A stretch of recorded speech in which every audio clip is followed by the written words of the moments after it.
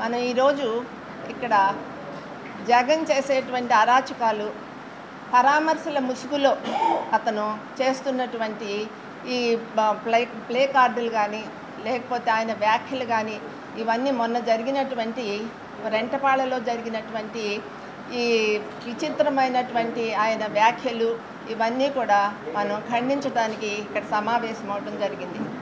ఈ మధ్య ఆయన పరామర్శల పేరుతో రాజకీయ ఈ సమావేశాలు జరిపిస్తున్నారు. ఎందుకంటే ఆయన పరామర్శ ఆయన ముఖ్య ఉద్దేశం కాదు. ఈ ప్రజల్ని రెచ్చగొట్టడం, తర్వాత ఈ పోలీసులు మన ఎంతమంది వెళ్ళొచ్చు అనేది వాళ్ళు చెప్పినా కానీ వాళ్ళ మాటల్ని లెక్క చేయకుండా వందల వేల ఈ కార్యకర్తల్ని పోగు చేసుకోవటం, అక్కడ ఏదో ఒక గొడవ చేయటం, ప్రభుత్వానికి ఇబ్బందులు, అలాగే పోలీసు వాళ్ళకి ఇబ్బందులు కలిగించడం, ఈ ప్రజా జీవితం సరిగ్గా జరగకుండా అస్తవ్యస్త పాలు చేయటం ఇవన్నీ జరుగుతున్నాయి.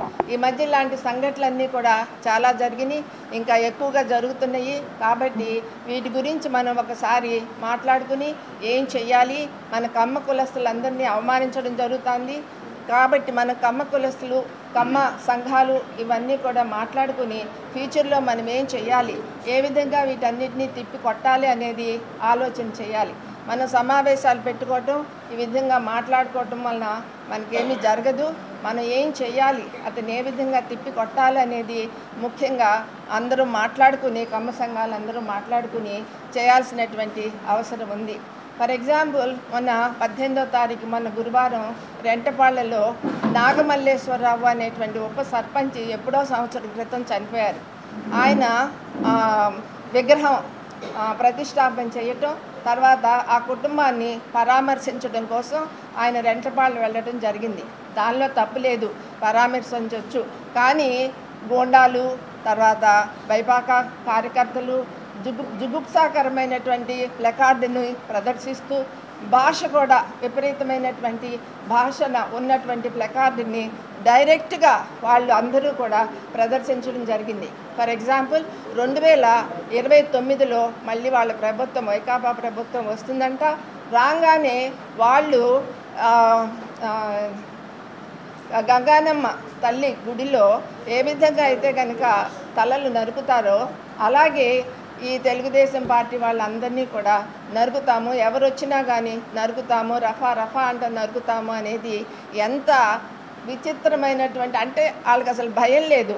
వాళ్ళకి అసలు ఏ విధంగా మాట్లాడుతున్నాం, ప్రజలు ఇవన్నీ కూడా చూస్తున్నారు, గమనిస్తున్నారు.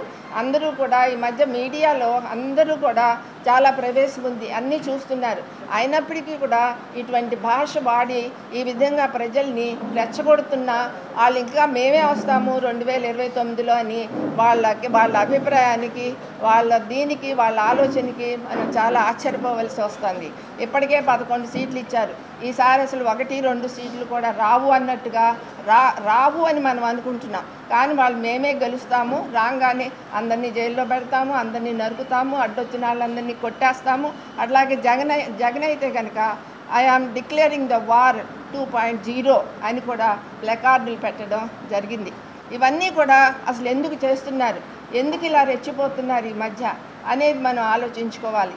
మనకి తట్టినటువంటి అభిప్రాయం ఏంటంటే, మన అమరావతి అభివృద్ధి చెందుతుంది, పోలవరం అభివృద్ధి చెందుతుంది, మన సెంట్రల్ నుంచి బోల్డెన్ ఫండ్స్ వస్తున్నాయి మనకి, అవన్నీ అభివృద్ధి చెందితే కనుక తను గెలవడు అని ప్రజలు మారిపోతారు. అలాగే ఇవన్నీ మనకి చాలా ఇండస్ట్రీస్ అవన్నీ కూడా వస్తున్నాయి. ఇవన్నీ కూడా అతనికి కక్కలేక మింగలేక ఇటువంటి జుగుప్సాకరమైనటువంటి ప్రదర్శనలు, హింసను ప్రోత్సహించడం, గంజాయి బ్యాచ్ని, బెట్టింగ్ బ్యాచ్ని ఈ ప్రదర్శనలకి తీసుకెళ్ళటం, వాళ్ళ చేత గొడవలు చేయించడం ఇవన్నీ కూడా అలవాటైపోయింది.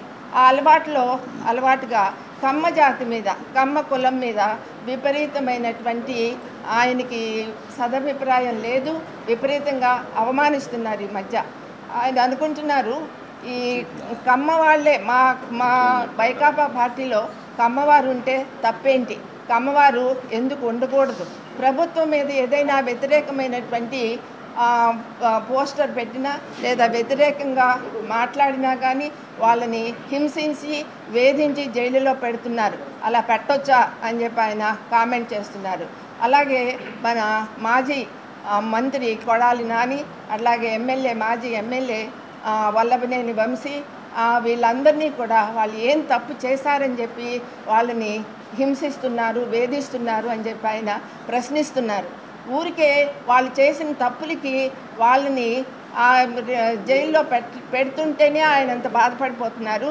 కానీ మరి తెలుగుదేశం పార్టీని ఎవరినైనా సరే మేము నరికేస్తాము అంటున్నారు. అది తప్పు కాదా?